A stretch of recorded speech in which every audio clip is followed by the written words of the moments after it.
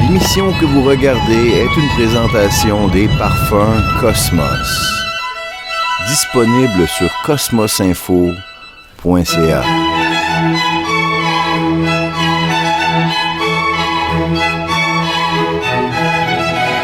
Si vous appréciez le travail de Cosmos, c'est sur cosmosinfo.ca que vous pouvez l'encourager, soit par des dons, devenant membre de son Locals, ou l'achat de parfums Cosmos avec ses odeurs magnifiques, ses 3 odeurs pour femmes, 2 pour hommes.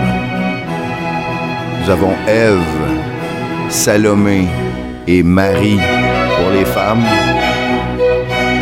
Cosmos et Noé pour messieurs. Disponible sur cosmosinfo.ca.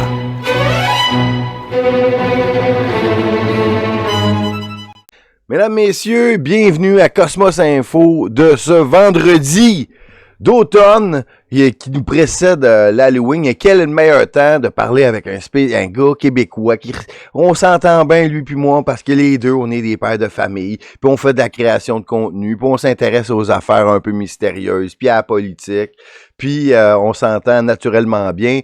Je vous présente, vous l'aimez, on l'aime. Jeff Benoît est avec nous ce matin sur mon perron à Joliette. Comment ça va, Jeff? Salut, ça va bien? Ben oui, moi super bien. Content de te parler en cette saison automnale. J'ai plein de sujets pour toi. Cool. Premièrement, comment ça va de ton côté? Comment s'est passé ton été? Qu'est-ce qui s'est passé depuis la dernière fois qu'on s'est parlé? Ça ressemble à quoi ta vie? C'est vrai, ça fait un petit bout. On n'a pas eu la chance pour parler, mais écoute, ça un été très, très occupé. J'ai passé beaucoup de temps avec la famille. Un peu de recul, et puis j'ai commencé ma saison en septembre avec un 1-2-1-2, puis écoute, il y a énormément de monde qui viennent. J'ai expérimenté sur certaines formules, comment faire des lives un petit peu plus intéressants. Écoute, garde, vraiment, là, je suis béni, là. C'est un bel moment à ce moment. Et puis, je pense qu'avec la page de Paranormal, ça grandit énormément. Et puis, non, ça... Ouais, explique aux gens, parce que les gens te connaissent, ils t'ont vu avec moi, puis on te voit souvent, mais explique, il y a 2 Jeff. Oui, hein? Il y a 2 Jeff. Ouais, explique-tu, c'est quoi la différence, puis c'est quoi comment qu'on te retrouve? Il y a Jeff en direct, puis explique-nous ça. Ouais, il n'y a pas de trouble. C'est pas Dr. Jekyll, parce que toi, t'es comme un mini-wheat. Hein? T'as le côté givré puis le côté sérieux. Ouais, c'est ça. Piquanté puis l'autre sucré. Mm-hmm. Mais côté sucré, ma page sur YouTube, c'est Jeff en direct. Donc, j'ai décidé de créer une page pour la paranormale. Tout est autour de paranormal. Puis quand je dis paranormal, c'est ufologie, cryptologie. Tout qui est dans l'inconnu. Donc, ça, c'est un grand succès parce qu'il y avait beaucoup de monde qui ont été intéressés à ça. Et puis, ma page va 100 000 à l'heure. Donc, Jeff en direct sur YouTube. Mais avant que j'ai fait du paranormal public, j'étais sur la scène politique aussi. Donc, j'étais candidat pour le Parti populaire du Canada 2 fois, le PCQ en 2018. Après ça, j'ai devenu un grand pilier aussi avec des gens comme Samuel Grenier, Cal Giroux et tout, pendant le temps des narratifs, quand on a pandémie, on pourrait dire. Mais j'ai fait beaucoup de la politique, beaucoup de live. Donc, j'ai créé une page, la plateforme en direct. Et je parle des vrais enjeux, puis je suis quelqu'un sans filtre des fois. Puis c'est vrai que des fois, en politique, il faut que tu sois un peu doux, là, mais on n'est plus dans un temps doux.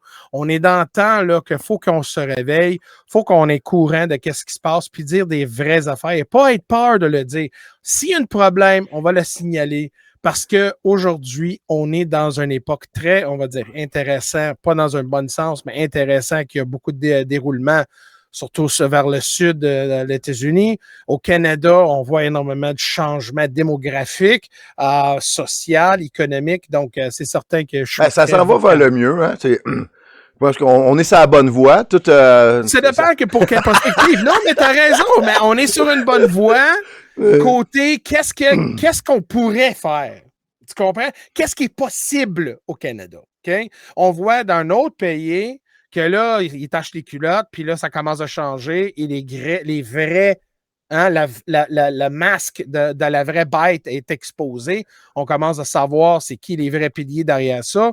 On a constaté qu'Antifa, c'est une organisation organisée criminelle. Donc là, au Canada, ça, c'est quelque chose que nous, les Canadiens, on garde l'autre bord puis ils disent « Hey, c'est possible, ça. » Si on juste attache nos culottes, là, puis aide de sortir notre tête du sable, là, il y a une possibilité qu'on peut changer de quoi là, pour prendre position de notre avenir. Parce que là, Cosmos, là, qu'est-ce qui se passe là, au Canada? Là? C'est grave. Là. Ben, je sais. Mais en fait, tu sais, c'est que la plus grosse différence, c'est qu'aux États-Unis, Trump, il a dit, OK, Antifa, c'est un groupe terroriste d'intérieur, puis même un danger mondial de terrorisme, OK? Groupe de terroristes international. Puis nous autres, on va les combattre, on va aller à la racine du mal, on va trouver qui les finance, on va remonter jusqu'à Soros, jusqu'à, là j'ai entendu parler d'un Ezra Levant également, mais pas le Ezra Levant qu'on connaît au Canada de Rebel News, un autre. Et puis des grosses poches de multimilliardaires qui financent ces activités-là. On voit qu'à Portland, ça brasse. Bon, mais nous autres, au Canada, c'est pas nos ennemis pantoute, les antifas. Ben c'est nos chumés. On en met dans l'armée, on leur donne des missions, on leur dit vous avez vous allez péter des affaires, on vous arrêtera pas, puis on en met dans les élections, les médias sont de mèche, on n'en parle pas. Donc ça va faire un gros clash. Eux autres, ils aiment pas les antifas, nous autres, on les adore. Quand tu vois une petite minorité protégée, c'est parce que quelque part, ils ont du valeur. Ça veut dire que moi, j'ai constaté au Canada, là, OK? J'ai jamais vu autant de monde sont protégés. La police fait rien. Ils tirent sur des petits statuts. Ils battent sur le monde. Ils frappent sur les journalistes. On a vu, comme tu dis, les bombes fumigènes. Un asti de pourrite. Qui met des bombes fumigènes dans une église. On a toutes les preuves pour dire que cette poubelle-là... Okay, le gars, il a même pas de masque. Il est tellement pas gêné. Il dit, un visage découvert, il m'arrivera rien. On le trouve sur la base de Long Point à l'est de Montréal. Travaille pour la défense nationale. Il y a une journaliste qui fait sa job. Il a se pointé vers lui à l'extérieur de la base, puis, garde, excuse-moi, c'est la personne. Elle a appelé la police, puis qu'est-ce que la police a fait? Elle voulait arrêter Alexa. C'est quasiment elle qui... Ah ouais. Non, mais à Montréal, ça fait dur, là. Ça fait dur, mais c'est correct. C'est parce qu'à Montréal, la police de Montréal sont soit menottés ou sont super corrompus. Je pense les deux. Parce que, d'après moi, là, j'ai jamais vu autant de laisser aller comme tel. Mais, quoi moins, là, OK? Ça, c'est une affaire que je déteste dans ce pays-là, c'est deux piliers. On a une peuple minoritaire qui font énormément de dégâts dans notre pays, qui sont même pas, la plupart de ces gens-là, OK? C'est des gens qui ont même pas les mêmes valeurs que nous, OK? Puis là, quand on a le convoi en Ottawa, on constate qu'on est traité comme des terroristes. Parce que moi, je vais en être avec toi, quand j'étais là, la première journée du convoi, puis j'étais sur la plane de la Parlement, j'ai vu des snipers, là, OK? J'ai vu des snipers sur le toit, là, qui pointaient vers moi, là, OK? Moi, j'ai jamais senti menacé de même, là, dans notre pays, puis être traité, même quand on est très pacifique. Mais quand je vois des gens comme ça, ou d'Antifa, ou justement cette poubelle-là, qui travaille pour la défense nationale, il y a deux questions qui me posent. Pourquoi ils sont protégés? Pourquoi il n'y a rien fait? Et deuxièmement, qui d'autre qui est dans la défense nationale? Qui d'autre qui est dans les piliers du gouvernement qui ont les mêmes valeurs extrémistes gauchistes comme ça? Écoute, on ne peut pas vivre dans une société qu'on a la polarisation comme ça. Tu penses-tu que tu vas tolérer une extrême droite nazie, skinhead dans national, dans la défense nationale? Non! Pour être bien franc, il y en a possiblement aussi. Peut-être. Mais en fait, s'ils sont découverts, ils vont être dénoncés, ils vont être mis dehors. On se rend compte que les plus hauts paliers ne veulent pas ça. Il y en a eu des scandales dans l'armée dans le passé, comme par exemple des agressions sexuelles, des choses comme ça. Ouais, mais on se rendait compte que les hauts dirigeants, puis la direction, et puis ultimement les politiciens approuvaient pas ça, puis les coupables ont fait face à la cour martiale, puis ont été renvoyés. Là, ici, là, on parle de l'Antifa qui est dans l'armée. Il a même pas perdu sa job. Non, Tu sais, une activité comme... Tu sais, c'est tellement grave ce qu'il a fait, c'est du terrorisme, puis mené par la haine dans un lieu de culte. Tu sais, c'est 3 couches plus dangereux que si c'était... tu sais, s'il y a un méfait qui est commis pour des causes idéologiques, c'est du terrorisme. Si c'est dans un lieu de culte, c'est haineux. Donc, ce gars-là devrait être en prison pendant longtemps. Puis il a même pas perdu sa job. Puis la police veut même pas rencontrer Alexa de Rebel News pour en savoir plus. Fait que ça nous en dit tellement. Tu sais, dans le fond, tu sais, les méchants en Allemagne des années 30, là, il y en avait une gang aussi de même qui s'appelait les chemises brunes. OK? Eux autres, officiellement, c'était juste une gang de jeunes voyous, puis ils allaient péter des gueules, mais c'était pour les nazis, tu sais. Fait que là, on se dit, au Canada, de toute évidence, c'est le même. Et le plus grave, c'est que, tout est grave là-dedans, mais que même les médias n'en parlent pas. Tu sais, il y a juste Rebel News qui en a parlé, ça n'a pas filtré nulle part ailleurs. À Cube Radio, un petit peu, je vais envoyer un shout-out à Benoît Dutrisac qui en a parlé. Mais, fait que là, si on se dit, si les médias parlent pas du pire scandale de l'armée canadienne, c'est parce que ça fait leur affaire. Ils sont soit de mèche également, sont achetés également, ou que de la violence politique, ça fait leur affaire, on dirait. Comment tu vois ça, toi? Mais regarde, tantôt tu parlais justement que Antifa, c'est une organisation organisée criminelle. Ils ont même trouvé, parce que là le FBI, le directeur là, de FBI, ils viennent de faire des enquêtes. Parce que là, tu as l'influence internationale qui rentre là, OK? On a des liens qui vont jusqu'en Chine. On a des liens qui vont juste en Cuba, là, OK? Il y a du monde là, qui sont investis dans ça, là, puis c'est mondial. Donc, c'est certain que si l'argent est impliqué là, c'est certain que c'est plus haut que ça.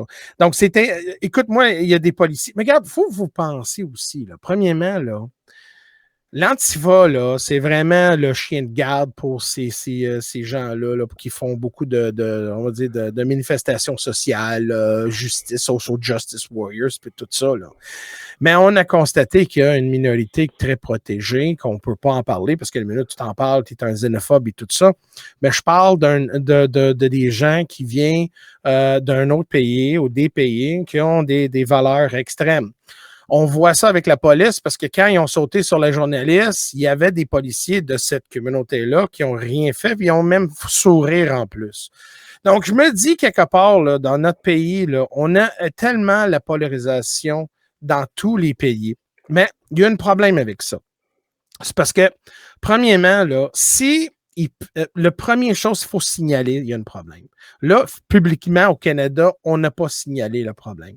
À les États-Unis, oui. Puis ça, c'est qu'est-ce qu'on voit. Tu comprends? Ça, c'est quelque chose qui nous aide parce qu'on a un point de référence. Parce que là, si Antifa, on expose plus, c'est certain qu'éventuellement, au Canada, on peut dénoncer l'organisme.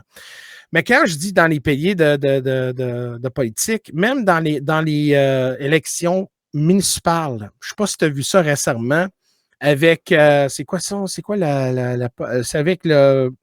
Le parti de Greg Sauvé, qu'est-ce qui est arrivé hier? Il y a un Antifa qui se présente aux élections municipales. Oui, c'est ça. Mais quel parti? Je ne me rappelle plus. Là. C'est le parti de Greg Sauvé, en tout cas. Oui. Bon. C'est un ancien le plus communiste là, de la gang. Oui, monsieur. Hein?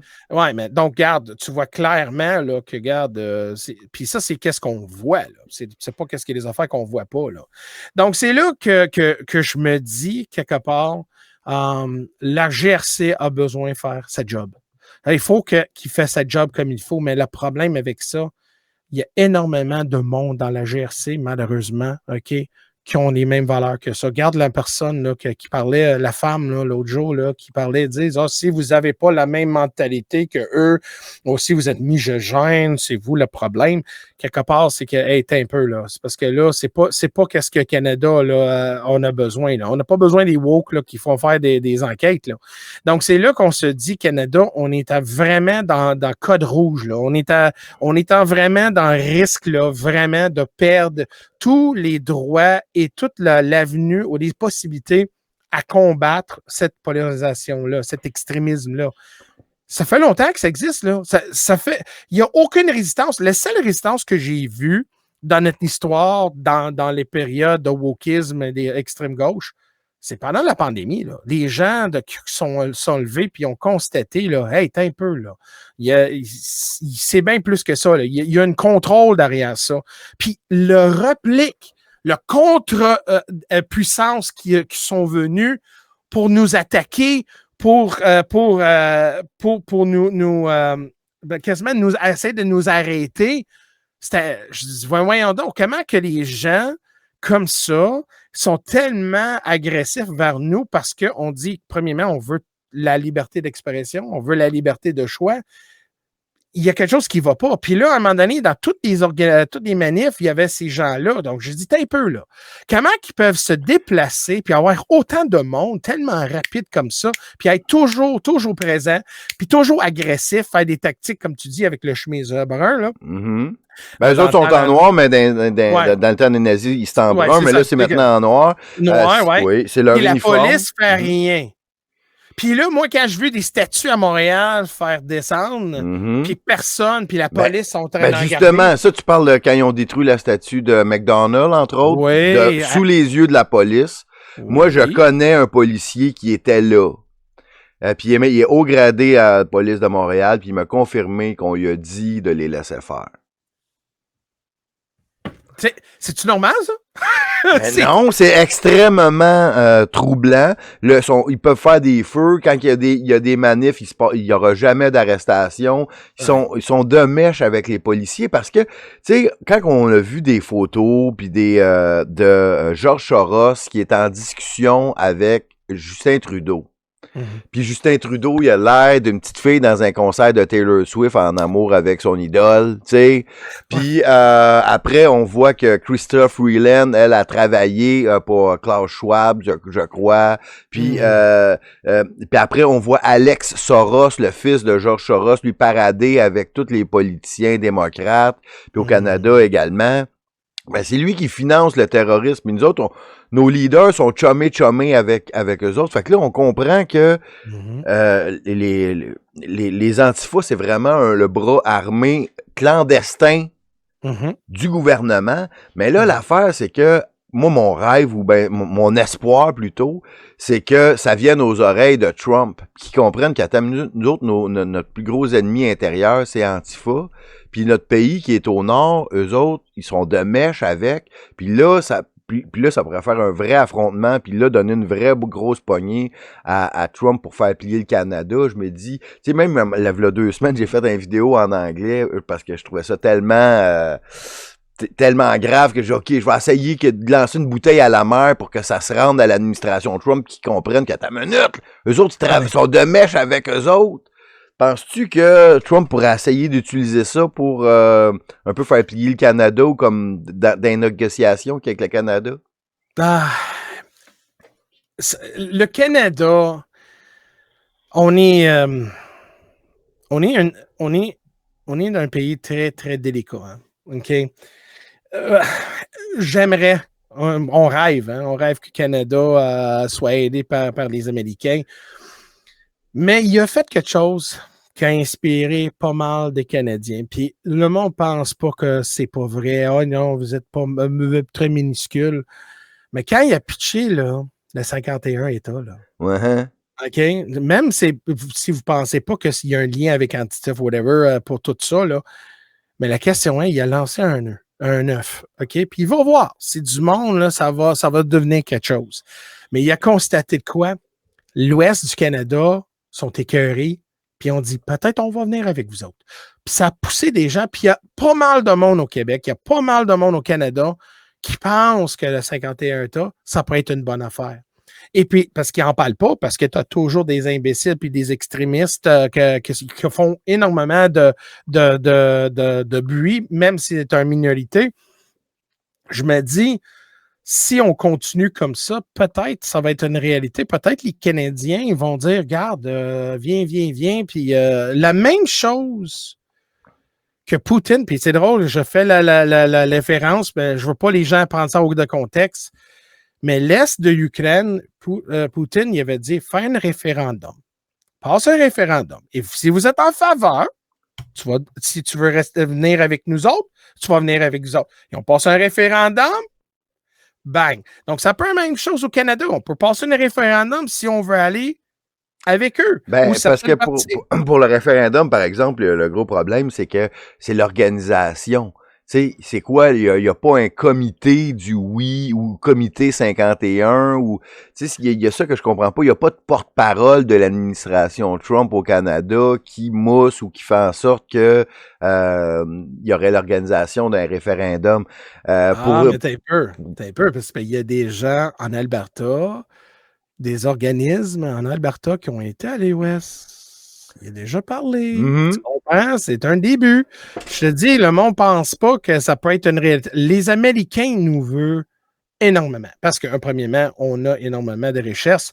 Mais en même temps aussi, là, la minute que les gens constatent que si on devient américain, là, le monde pense qu'on va perdre ci, on va perdre ça. Oh my God, ils sont tellement mal informés, c'est incroyable.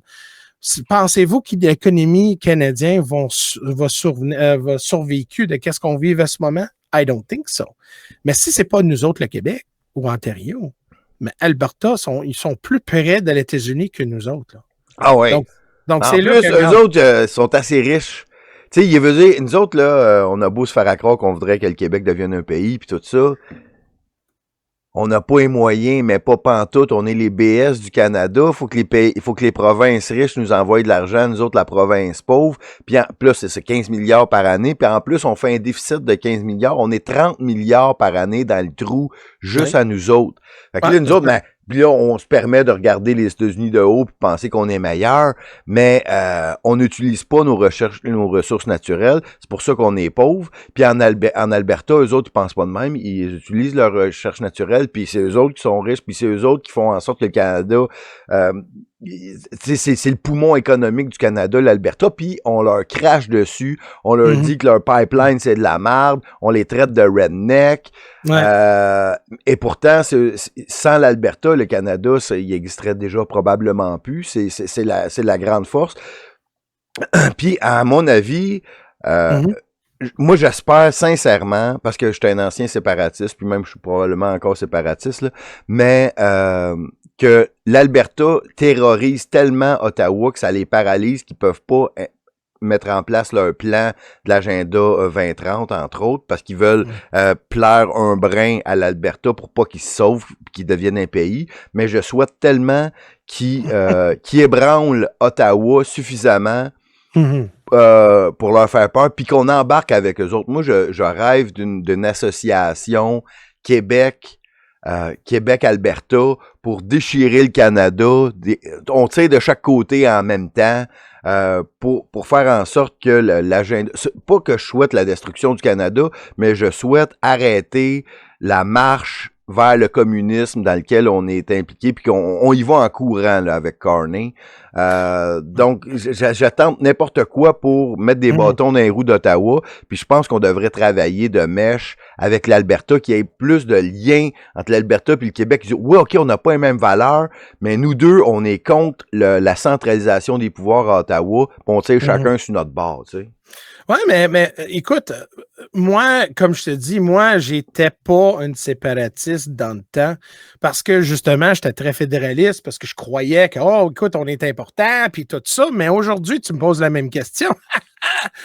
C'est une autre question différente, mais pour le Québec, si on prend un exemple, le Québec, oui, on est en déficit. Pour que le Québec soit un province indépendant, OK, c'est un pays indépendant, ça prend une industrie. Ça prend l'industrie. Même si on est très bon économiquement, c'est bon, mais on a besoin d'industrie. On a du pétrole. On a la gaz naturelle dans cette fameuse belle province qu'on a. Puis on ne prend même pas le bénéfice du doute que peut-être ça pourrait être l'avenir pour justement sortir du trou et d'être indépendant. Parce que, justement, les puits de la gaz naturelle, la qualité qui sort là, c'est quasiment les meilleures hautes qualités du monde. C'est bien meilleur que qu'est-ce qu'on importe d'autres pays, puis à les États-Unis. Donc, on a un marché, on a une industrie qui peut être bénéfice de toutes les villes autour de la province pour être indépendant économique. Ça pourrait même sauver des taxes, ça pourrait on pourrait payer des programmes nationaux autour de nous qu'on puisse bénéficier et pas tuer la classe moyenne, qu'on peut être un petit peu plus prospère. Mais la seule façon pour que ça va être une réaliste, faut deux choses. Puis le deuxième va faire mal, mais le premier, c'est d'arrêter de voter pour des estis de gauchistes. Arrête de voter pour les mêmes personnes. Arrête de voter pour des gens qui vont te promettre la lune puis le soleil et tout. Parce qu'en réalité, tu payes pour ça. C'est quelqu'un qui dit « Ah, je vais acheter un char, mais toi, tu vas payer tes paiements par mois. » C'est comme, il n'y a pas de sens. Les Québécois, ils sont tellement pourris pour voter. Mettons, tu leur dis, mettons juste en ville de Québec. La population de la ville de Québec veulent pas de tramway. OK? Mais ils vont voter pour un maire que c'est l'affaire la plus importante pour lui, c'est de mettre le tramway. Les Québécois veulent pas de référendum sur l'indépendance au moment où on se parle. Ils vont voter pour le parti qui veut faire un référendum. Ouais, parce qu'ils n'ont rien associé là, pour eux à ce moment. Avec le CAQ, il avait chié sur tous les Québécois, donc on ne peut pas voter pour ça. Oubliez les libérales, OK? Puis d'autres pays là, de gauche, puis tout ça. Puis même encore, le Parti conservateur, je vais en être avec toi, j'ai mes doutes, mais ça, c'est mes réservations. Parti conservateur du Québec? Oui, un peu, oui. J'ai un peu de doute. Ben, là, au leadership, on voit bien qu'Éric Duhaime, il n'y a pas de colonne du tout. Il est là pour se coucher. Non, on le sait. Moi-même, je le sais. Même hier, justement, si on parle un peu de politique québécoise, il y a un sondage qui est sorti qui dit qu'il y a juste 16% des Québécois qui pensent que François Legault devrait continuer comme chef de la CAQ. Fait que là, t'as un 84% de la population qui pense c'est eau douche, François Legault, on veut plus rien savoir de toi. Fait que les carottes sont cuites pour lui. D'un sondage, il est à 13%, la CAQ, 1 point derrière le Parti conservateur à 14%. Fait que là, fait que là, ça, c'est les deux partis supposément de droite au Québec qui se divisent le vote. Il y a les plus réveillés, mais pas réveillés comme toi puis moi. Mettons qu'ils pensent encore qu'Éric Duhaime, il y a du bon sens. Ils vont là. Puis, il y a la droite molle, qui était l'ancienne ADQ, qui sont allés se faire vacciner, puis qui pensent que la CAQ a encore du bon sens. Fait que là, ils sont divisés 13%, 14%. Ensemble, là, ils seraient à 30 quelques %. Ils talonneraient le Parti québécois, probablement qu'il serait numéro 1. Moi, je me disais, François Legault, faut absolument qu'il s'en aille. Parce que sinon, tu vas avoir deux partis de droite avec aucun candidat. Tu sais, à 14%, 13%, c'est zéro puis une barre.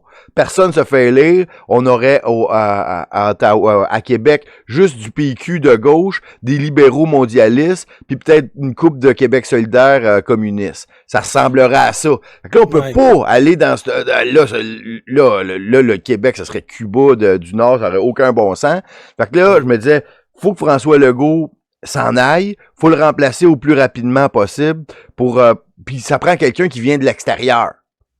Parce que tu prends quelqu'un qui est de la CAQ, tu mets Geneviève Guilbeault, c'est la même affaire dans la tête du monde, ils ont été tout aussi pourris, que ça soit n'importe qui de la CAQ, Bernard Drinville, il faut que ça soit quelqu'un de nouveau qui peut dire, un peu comme Cornet est arrivé. Tu sais, OK, moi j'ai pas rapport avec l'ancienne gang, même s'il y avait rapport, mais dans la tête du monde, on dirait que non. Fait que moi, je lançais dans les airs, je me disais, faudrait que Olivier Primo vienne sauver la CAQ. Parce que où il y a une fusion Parti conservateur CAQ, tu sais, qu'est-ce qu'on va faire? C'est dans un an, là. On a un an pour aligner nos flux. Je te dis, moi, la CAQ, là, la minute tu parles de cette partie-là, je cringe. Oui, elle sait, les 5 dernières années, je le sais, mais mettons François Legault, il est plus là, on met dehors les grosses vedettes, on repart en neuf, parce que, tu sais, c'était l'ADQ avant, puis l'ADQ, tu sais, c'était pas si pire que ça, puis avant 2020, la CAQ, tu sais, on pensait que ça avait, tu sais, mettons, avant la COVID, la CAQ, on se disait, c'est pas si pire que ça, non?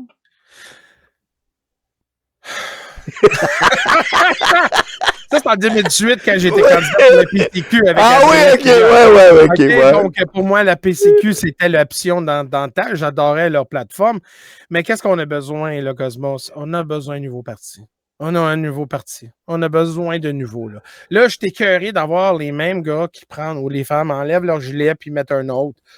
Écoute, je suis écœuré les mêmes joueurs dans le game. Ça prend des nouveaux personnes. Ça prend un nouveau parti. Mais ça prend tellement d'années de partir d'un nouveau parti, puis de se faire élire, puis de prendre le pouvoir. Tu sais, c'est moins... T'sais, si ça va bien, c'est un 10 ans, puis ça peut prendre plus. Le NPD, ça fait 40 ans, puis ils ont trop pas pris le pouvoir. La CAQ, ça a pris 30 ans, presque, 25 ans. Oui, mais c'était une belle époque dans ce temps-là. Aujourd'hui, là, regarde comment on vit à ce moment-là. OK? Premièrement, là, il y a tellement de facteurs, puis je vais te dire, je vais être transparent. Premièrement, notre immigration, le Montréal est débordé d'immigrés. Il n'y a plus d'appartements. Je trouve. Hey, commence-moi pas, toi. Moi, je trouve ça pas super. Premièrement, ouais, c'est ça. Il n'y a plus de logement. Il y a la criminalité partout. Tu as des sans-abri partout. Tu as des drogués partout. Tu as des psyclables. Tu as plus de psyclables que de routes à Montréal. T'as tellement de la classe moyenne qui va quasiment dans la banque de bouffe puis qu'ils ne sont pas capables d'arriver.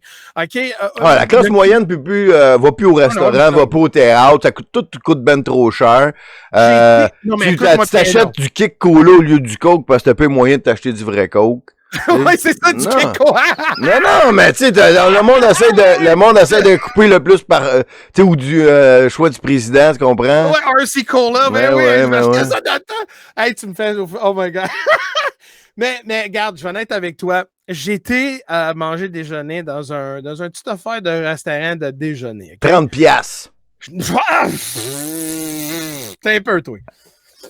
Par personne, tu parles. Ouais. Parce que quand on est assis là, puis un bon breakfast, là, ça, écoute, on mange, moi et ma femme, on mange, puis j'avais ma fille avec moi. OK, ouais, c'est ça, on était trois. Ça m'a coûté 70$. Là, je regarde, je dis 70$ pour des œufs, bacon, puis tout ça. Puis je garde tout le monde autour de moi, là. OK? Puis j'attaque pas les baby boomers, là, OK? Du monde retraité, là, OK? Puis c'est plein. Je dis, comment que quelqu'un peut payer 70$ par jour? OK, moi, je ne pourrais même pas faire ça 5 jours la semaine. Là. Et c'est toujours pacté des gens comme ça. Ou des fois, je vais, puis des fois, tu vois plusieurs personnes sont là chaque jour. Donc, je me dis, OK, les baby boomers, là, c'est bon, ils ont en retraite, leurs maisons sont payées, le bateau est payé, le chalet est payé, ils peuvent vivre leur vie. Et, tant mieux pour vous autres. Mais moi, là, la génération X, là, et les millennials, puis la génération Z, là, je suis pas capable de faire ça. Ma maison, moi, là, je te dis, ça continue même, je vais être 70 ans, puis ça va être payé, là. Si, ça va être payé. Donc là, on regarde économiquement, on regarde le coût de la vie. À quel point ça va arrêter, là? Un moment donné, là, regarde, moi, Cosmos, là, un moment donné, si tu veux, là, tu viendrais avec moi à Montréal. Je vais te montrer les villes de tentes, OK, qui existent à Montréal. Moi, j'en vois sur Notre-Dame. Je passe là, je vois une fois par semaine sur le long de Notre-Dame. Il y a des campings de la fin du monde, là, on dirait. Là, c'est dégueulasse. Et puis Saint-Henri, OK, il y a des endroits sur Saint-Henri, là. À un moment donné, il y avait une vingtaine, là, centaines de personnes sont là. Ah ouais. Les drogués partout. OK? La criminalité partout. Des ghettos qui se promènent en ce moment. Il y a des places à la Chine que j'étais là quand j'étais jeune, mais tu vas plus là parce que là, si tu promènes là, c'est certain que tu vas être taxé, le monde va sauter dessus. Écoute, les agressions sexuelles des jeunes filles, ça remonte. Il y a plein d'affaires de même. Donc, là, on est fait face. Là, on n'a pas de 20 ans à attendre. Là. On n'a pas de 30 ans à attendre. Là. Mais on a besoin qu'ils disent là, wow. Là, cette affaire, là, Johnny Boy, là, c'est pas donné à 1 million à une communauté, une petite communauté là, et des psyclabs là, puis des petites affaires gâteaux là, puis tout le monde est des surconscients, puis ça va bien aller. Fuck you. Excuse-moi, mais c'est ça. Là, c'est temps de me patacher nos culottes pour dire, là, on a un problème, là. On a un problème, puis là, le style de vie, parce qu'ils ont fait un sondage. OK? Ils ont fait un sondage. Ils avaient demandé dans le temps de Harper, je ne me rappelle plus c'était quelle année, c'était en 2015, 2014, quelque chose de même. Ils ont demandé des gens, le public, qu'est-ce que tu penses-tu que l'avenir de tes enfants va avoir un bel avenir? Donc, à peu près, je pense que c'était 60% des gens ont dit oui. Donc, aujourd'hui... C'était avant Trudeau. C'est ça, avant Trudeau. Mais là, ils ont fait ça aujourd'hui. Ils ont fait un sondage et 8% des gens croient que leur enfant va avoir un meilleur avenir que eux. Oh my God. Je pense que c'est à 72% qu'ils disent que non. Ça veut dire que même si on voit que nos enfants n'ont pas un avenir, ça veut dire que bientôt, là, qu'est-ce qu'on va faire? Si on continue à faire qu'est-ce qu'on fait, c'est quelle sorte d'avenir? Là? Quand tu vas voir des gens qui travaillent, qui fait 80 000 par année, là, qui vivent dans la rue, puis je connaissais quelqu'un qui faisait 50 ou 60 000 par année, puis il ne pouvait pas trouver un logement. OK, il y avait du mauvais crédit, OK, parce que justement, ça coûte cher, mauvais crédit, donc ils ne peuvent pas acheter quelque chose. Ils ne peuvent pas louer de quoi, parce que là, aujourd'hui, ils font tellement de vérification sur ton crédit. Ils ne peuvent même pas, donc ils vivent dans la rue. Ils vivent dans la rue puis travaillent avec un job temps plein. C'est-tu normal, Cosmos? C'est-tu normal? Mais il faut que les gens comprennent une affaire, là. C'est qu'il faut que ce soit clair dans la tête de tout le monde qu'on ne peut absolument pas continuer comme on est là et que le principal cause de nos problèmes, c'est qu'on a laissé rentrer ben trop de monde qu'on appelle des demandeurs d'asile. OK, que c'est n'importe qui arrive puis qui te donne une raison, puis là, tu sais la dernière raison, t'as juste à dire que t'es gay. Tu rentres. Parce que l'immigration, il envoyait des publicités à l'international. Si vous êtes persécuté dans votre pays parce que vous êtes gay, né au Canada. Ouais. Chris, ça sert à quoi de faire rentrer des milliers ou des centaines de milliers de gays? Ils n'en feront pas d'enfants. Ils fonderont pas de famille. Puis eux autres, ils n'ont pas payé depuis qu'ils sont nés pour les soins de santé qu'ils vont recevoir en CHSLD quand ils vont être vieux. On va juste dépenser des millions pour eux autres parce qu'ils sont gays. Rien contre être gay, là. Mais ils n'auront aucune manière de rembourser en fondant une famille que leurs enfants vont payer des impôts puis ça sert absolument à rien. Puis vu qu'on en a laissé rentrer trop, peu importe la couleur, peu importe la culture, là, si on en a fait rentrer des millions comme c'est là, qu'est-ce que ça fait? Ça fait que ça met de la pression sur les logements, ça fait que ça fait monter le prix des loyers. Mais par contre, ça fait baisser le prix des salaires parce que t'as bien de la main-d'œuvre de disponible. Fait que plus t'as de main-d'œuvre de disponible, ça fait que les salaires baissent. Fait que ça fait dropper nos salaires puis ça fait augmenter nos loyers. Fait que ça fait qu'on personne n'y arrive. Tu sais, il y a trop de monde pour pas assez de logements. Puis il y a pas assez de job, il y a trop de monde, fait que ça fait dropper le prix. Il y a tout le temps un qui est game de faire la job pour moins cher que toi. Ouais. Mais là, ouais, toi, tu parles de côté économique, puis tu as raison. Mais c'est vrai que tu disais des affaires pour les gens qui s'identifiaient comme dans gay puis tout ça. Mais moi, je me dis, ça, c'était juste une excuse pour avoir plus de monde parce que pour juste baser ton opinion, mais pas ton opinion, mais pour dire viens-t'en selon ton orientation. Ben, oui, mais en même temps, ça donne une raison tellement facile. T'as juste à dire que t'es gay même si tu l'es pas. Tu sais, moi, je me suis déjà sauvé d'un ticket à la police en disant que j'étais gay, fait que là, ça passait. Fait que n'importe qui rentre à la gate, il vient du Burkina Faso ou ben du Mali, puis il dit « Ah ben, je suis gay », ils te demanderont pas de prouver, ils vont faire « Ok, c'est beau ». Non. Tu sais, fait que dans le fond, c'est n'importe qui sur la terre peut venir à se mettre sur BS au Canada puis qu'on paye tout pour lui, là.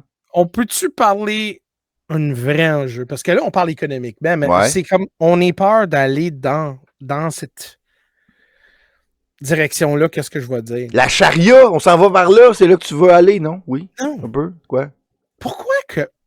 Pourquoi qu'on n'encourage pas puis supporter les Québécois avec leur natalité? Pourquoi qu'on... Ben là, ça ferait des petits blancs. Des petits blancs, ça a pire style d'affaires de marde. Mais c'est parce que c'est un pays qui était bâti par des Blancs. On est la grande raison pourquoi que le monde aime venir... Non, c'est le plus grand danger, c'est les plus dangereux. D'autres, on aime tout le monde sauf les Blancs. Tout le monde est protégé au Canada sauf les Blancs. Un homme blanc straight, là, c'est certain. Je sais bien. C'est là que je me dis, garde, écoute, puis moi, comme je vais en être avec toi, moi, là, je m'en fous, tu viens, je m'en fous de ton orientation. Pour moi, c'est personnel. Mais qu'est-ce qui est contre, là, c'est qu'on peut-tu aider les gens de chez nous? Faut arrêter, comme René Lévesque a dit, faut arrêter de s'excuser d'être chez nous. On peut-tu aider les familles québécoises dans la natalité? On peut-tu les aider? Parce que, regarde, je vais en être avec toi, le multiculturalisme ne fonctionne pas. Regarde en Europe, regarde en Paris aujourd'hui, il y a un homme qui vient de l'Inde, qui est un blogueur, puis là, il est avec son sel, puis là, il parle, puis il garde ça, puis là, quand il sort du métro, puis il est comme... Il n'y a rien français ici, là. Il y avait du graffiti, la poubelle par terre, il y avait du monde de toutes sortes, sauf des Français. Donc, on voit clairement que la diversité n'est pas notre puissance. Et c'est certain que, garde, va dans la société à Montréal. Il y a des ghettos, il y a la criminalité, il y a les affaires de culturelles. Mais quelque part, là, le Québec, là, c'est pour les Québécois. L'Afrique, c'est pour les Africains. Donc, on peut-tu protéger? Puis je sais que le monde va dire, ah, Jeff, c'est une affaire raciste, comme tu dis. Non, tabarnak! C'est pas une affaire de racisme. C'est une affaire pour protéger notre culture, notre peuple. Puis pas juste nous autres. Les gens qui ont bâti notre civilisation occidentale, que les gens d'ailleurs bénéficient, parce que quand le Canada va devenir un shithole, mais c'est certain qu'il n'y aura plus de pays occidentaux d'aller. Il n'y aura plus de pays pour que ton petit...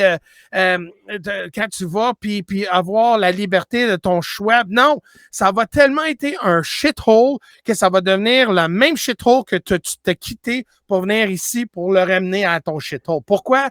Parce que votre côté culturel et vous n'êtes pas civilisé assez à une compréhension et respectueux vers la culture dominante qu'on est ici.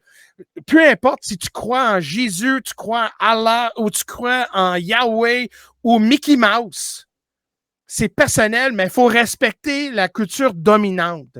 Puis ce pays-là était bâti sur des pays chrétiens, les jeunes des chrétiens, les valeurs chrétiennes. Puis if you don't like it, pack your shit and get the fuck out. Ben, de ce qu'on comprend, c'est que Fini. Non, Gosmond, c'est fini, là. Ah ouais. J'étais écœuré d'accueillir des gens qui me chient dessus, comme j'ouvre une porte pour quelqu'un qui dise même pas merci. Fuck you, man. Je n'étais pas obligé d'ouvrir la porte. Moi, je pourrais prendre moi en premier. Donc, moi, il y a une certaine gratitude et une certaine compréhension que faut que tu viennes ici et comprendre que quand tu es en Rome, tu fais comme les Romains. Si t'es pas content, pack your shit and get the fuck out. Ouais, mais qu'est-ce qu'on... Excuse-moi, c'est un ouais, peu... non, pas grave. Mais qu'est-ce qu'on comprend, c'est que... Tu sais, moi, pour moi aussi... Moi, je suis d'accord avec toi, parce que... Qu'est-ce qui est beau de l'humanité, OK? Il y a quelque chose de beau dans l'humanité, c'est la diversité. Mais la diversité culturelle, les différences entre pays puis pays. Canada, c'est comme le Canada. Tu vas en Italie, c'est italien. La bouffe italienne, c'est de l'opéra, c'est la culture italienne. T'arrives en France, c'est la France. Portugal, c'est différent. Japon, c'est différent. Ça, c'est magnifique. Tu sais, pour moi, chaque culture, c'est comme une espèce animale. OK? Puis qu'est-ce qui est beau dans la nature, c'est la diversité de toutes les espèces animales. C'est pour ça que s'il y a une espèce qui est en voie d'extinction, c'est un drame pour toute l'humanité, pour tout l'univers, parce qu'on perd quelque chose, on perd quelque chose qui était spécifique, qui était magnifique, qui n'existe plus. Mais avec le mondialisme, c'est ça que ça fait pour toutes les cultures. Ça le fait pour le Québec, ça le fait pour le Canada, les États-Unis, surtout pour les places occidentales, mais ça fait qu'il n'y a plus de différence entre les pays. C'est juste du gris mondialiste, d'Hollywood, de wokisme multiculturel. Ça fait qu'il n'y a plus de... ça tue les différences culturelles, ça tue la culture, puis ça tue l'humanité, hein, parce que ça fait disparaître les différences nationales qui faisaient que c'était beau. Tu sais, en Allemagne, l'Oktoberfest, c'est différent que, tu sais, le Cinco de Mayo au Mexique. Mais là, le multiculturalisme, ça détruit tout ça pour avoir une seule culture contrôlée par une seule entité. Mais là, regarde, OK, regarde, tu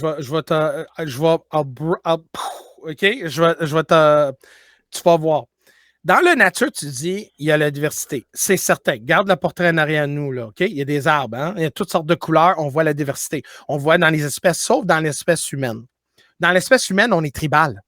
On est énormément tribal. Puis on va toujours faire une gravité vers des gens qui partagent la même valeur que nous autres, vers la même couleur de notre peau, vers notre religion. Donc, quand je te pose la question, puis là, je te pose, c'est pas une question de piège. Le monde est-tu divers? Ou pas.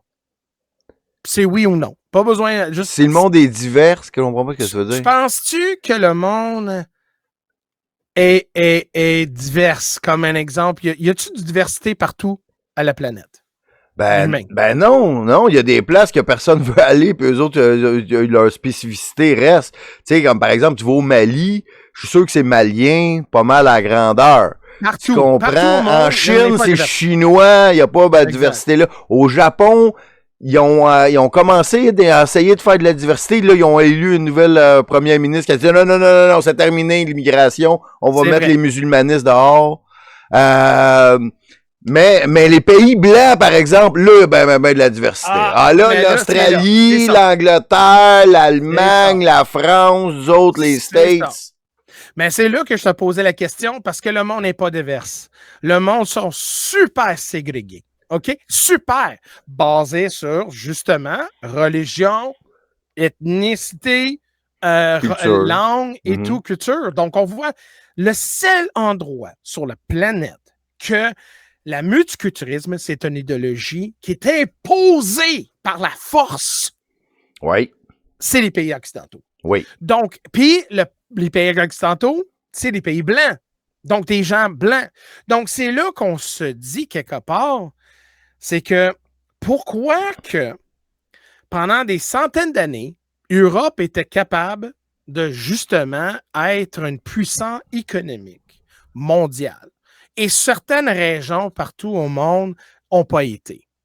Donc, c'est là qu'on se dit quelque part que on voit la règle de la nature, survival of the fittest. Donc, les personnes qui évoluent le plus sont capables de s'adapter et tout, sont capables de justement survécu. Donc, c'est là qu'on voit que dans les pays occidentaux, on était capable de mettre les conditions primales, puis mettre à côté, puis mettre plus côté. On a développé la démocratie, on a développé des lois, on a développé la technologie. Vivre ensemble aussi. Vivre ensemble aussi. Donc, c'est là qu'on se dit que la puissance ça vient justement d'un changement de paradigme culturel et d'une unification de justement des idées. Mais là, que si on veut vraiment voir que dans d'autres endroits du monde, sont même pas capables de sortir de leur maison de boîte, puis sont toujours en colère, toujours en chicane, toujours la guerre, toujours des problèmes de guerre et de toutes sortes d'affaires de même, du monde crève de maladies. Donc, on se dit, là, quand on prend des gens de cette idéologie-là, qui comprennent pas comment ça fonctionne dans une civilisation avancée, donc ça prend du temps pour s'adapter, ça prend du temps pour trier ces gens-là, pour les mouler et les transformer dans quelqu'un puissant et apte et devient un pilier dans ce nouveau monde-là. Mais quand on en bombarde des gens, puis ils ne simulent pas, puis ils ne sont pas capables de devenir, on va dire, quelqu'un qui peut contribuer à ça, mais là, c'est là qu'on voit le déclin de la plus grosse importance de notre civilisation. Ah ouais. C'est qu'on va perdre tout ce qu'on a travaillé fort pour une idéologie qui ne fonctionne pas. Oui, mais d'après moi, ça doit avoir rapport, parce que les pays que c'est le pire, c'est les pays du Commonwealth, OK, qui ont été fondés ou colonisés par l'Angleterre. Nous autres, l'Australie, évidemment. Puis là, l'Angleterre, c'est comme on dirait que c'est le pire du pire. OK, eux autres, ils sont vraiment tombés. La police parle en arabe où il y a 12 000 personnes en prison parce qu'ils ont parlé contre l'immigration de masse sur Facebook. Ils les mettent en prison. Puis qu'est-ce qui ressemble le plus à l'Angleterre, le Canada, l'Australie? Fait qu'on voit que c'est là qu'ils veulent nous amener. Puis là, nous autres, on a l'impression, il y a bien du monde qui font « Ouais, mais tu sais, c'est impossible d'être... tu sais, je suis allé sur le centre contre la radicalisation menant à la violence, OK? Puis ils ont un guide illustré qui est là. Puis ils nous disent que qu'est-ce qui est haineux, là? Si tu parles de racisme anti-blanc, t'es haineux. Fait que donc, pour notre gouvernement, le racisme anti-blanc, ça n'existe pas. Puis si t'en parles, t'es un extrémiste de haine. Fait que toutes les autres communautés, toutes les autres couleurs, eux autres sont protégés parce qu'ils sont un groupe identifiable. Mais les Blancs, tu peux leur chier dessus comme tu veux. Puis les chrétiens également, ça va de soi. Et puis nous autres, on a l'impression qu'on est bien majoritaire, tu sais, au Canada. Fait qu'il n'y a pas de problème, tu sais. On est la majorité pour l'instant. que ça tient encore pour un fil, mais mondialement, l'ethnie la plus minoritaire, c'est les Blancs. Mondialement, il y a moins de Blancs que toutes les autres couleurs, que toutes les autres ethnies.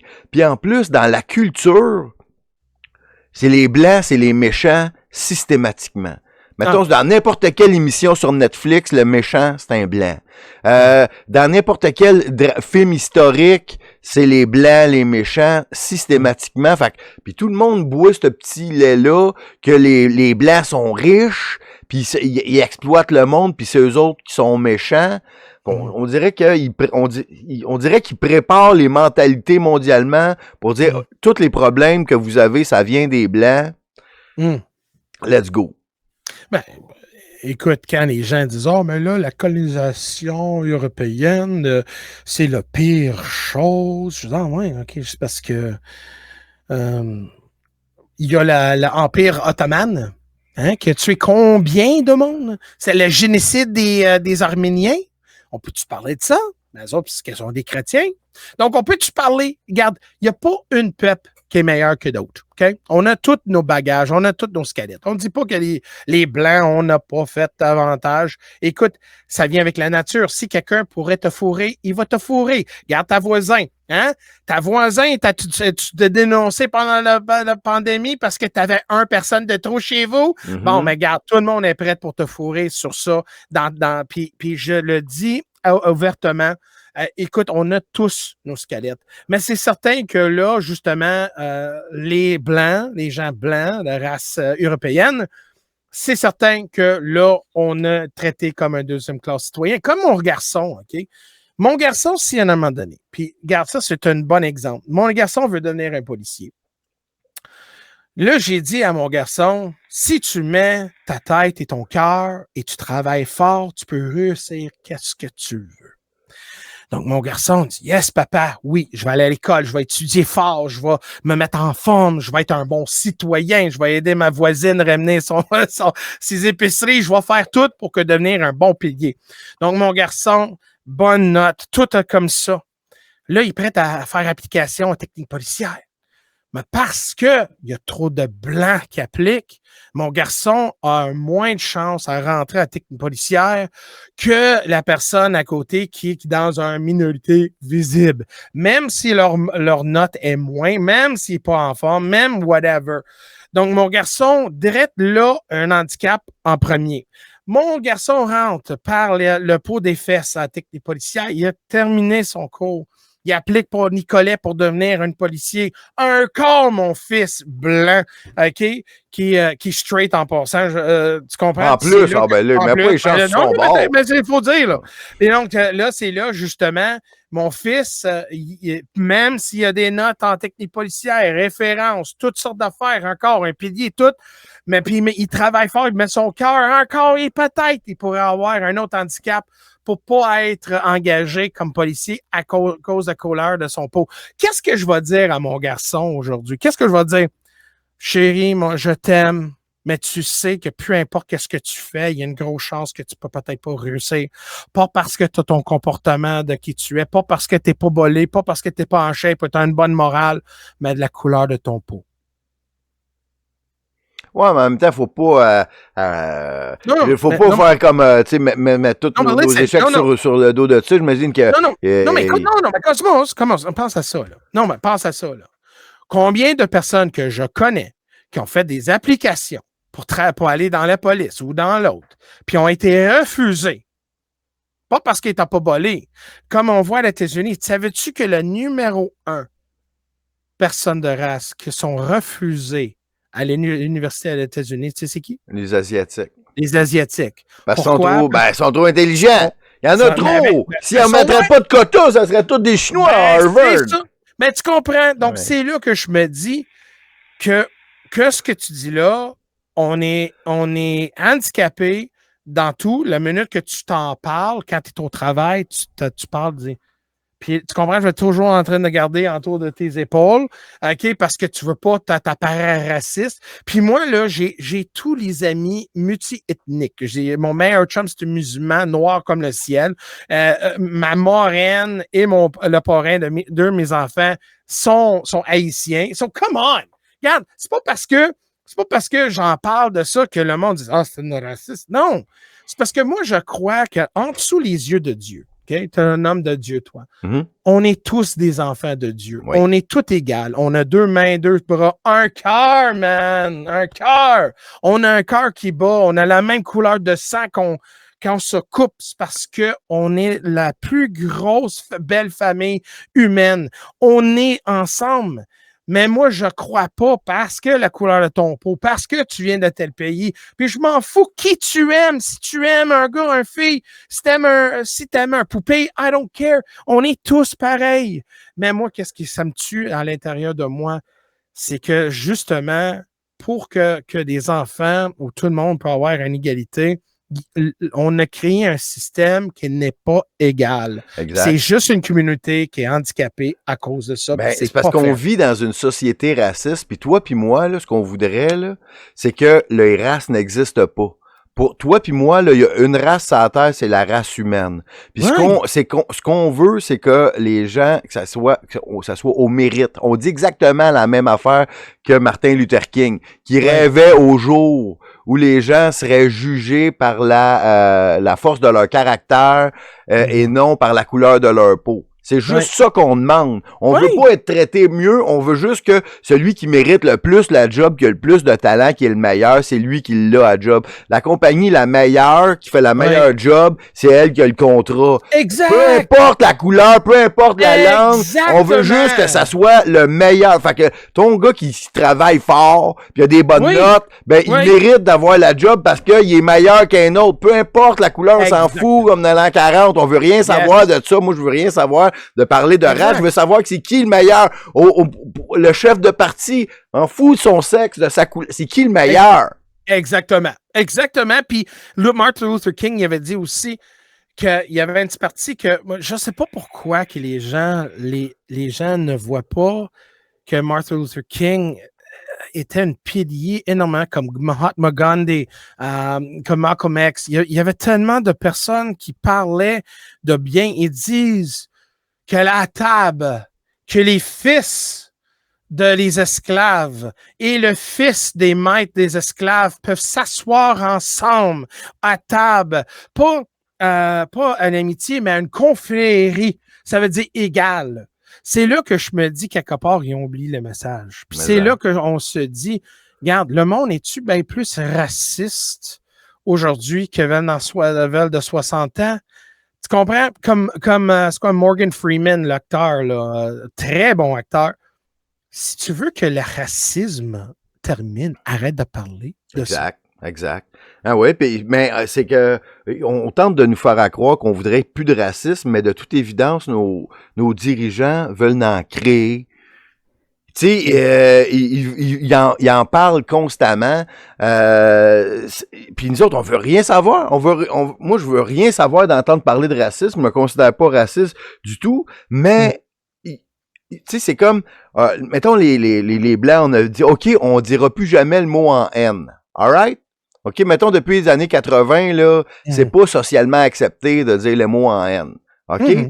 Mais bizarrement, dans le rap, c'est probablement le mot qui est le plus utilisé dans les chansons de rap.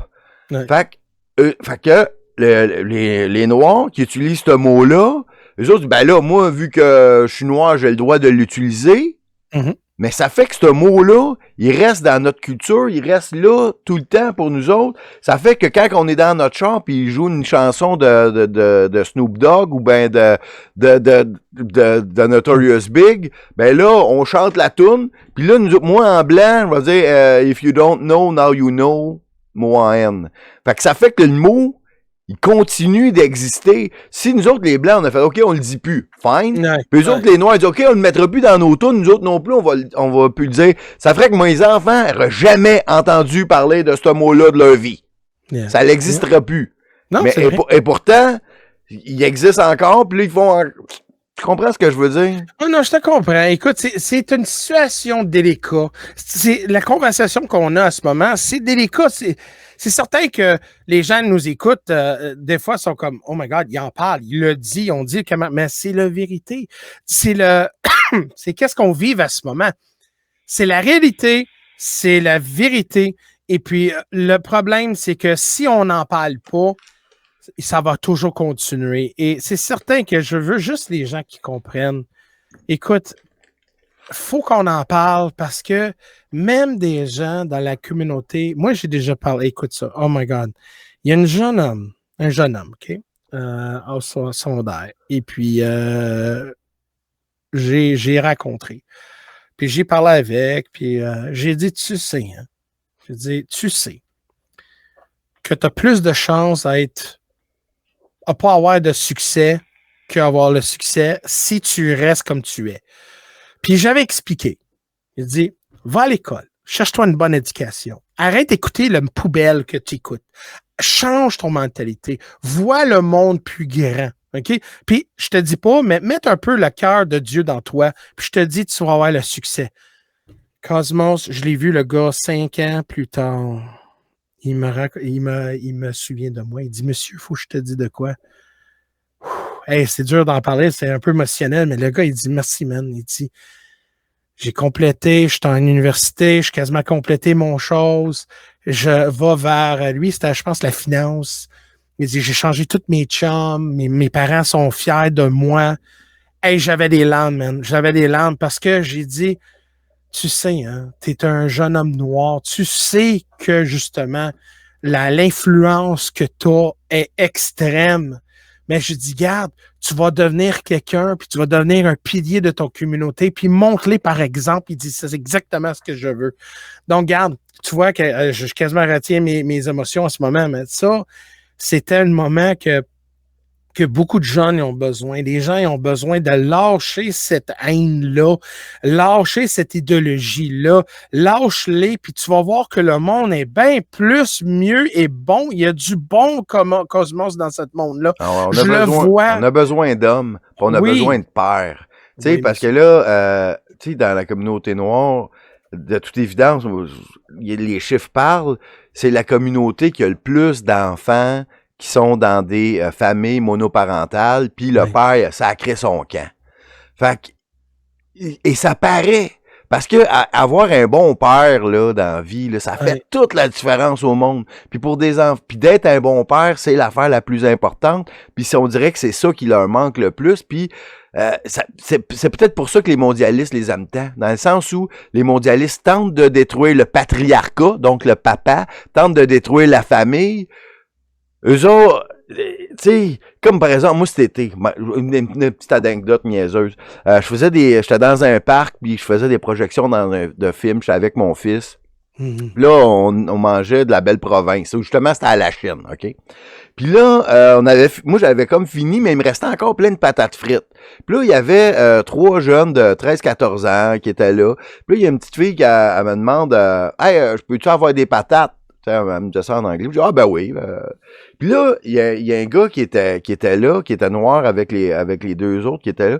Puis là, lui, il me regarde puis il me fait, de loin, il me fait... C'est comme, moi, il faut que je me lève pour aller y donner ses patates. Il fait, non, c'est toi qui te lèves, là. Ouais. Tu sais, je veux dire, je suis game de te donner des patates frites, mais là, je te ferai pas le service aux tables, là. Fait que là, finalement, c'est pas le gars qui a fait. C'est la fille qui vient, là, je donne mes patates. Ah, ok, ben, elle me dit là, bon, ok. Je sais pas si ça me dit merci ou quoi, peut-être que oui. Puis là, 2-3 minutes plus tard, je regarde les jeunes qui mangeaient mes patates. Puis là, je vois le petit gars prenait les patates frites que j'avais, puis il pitchait à terre au parc.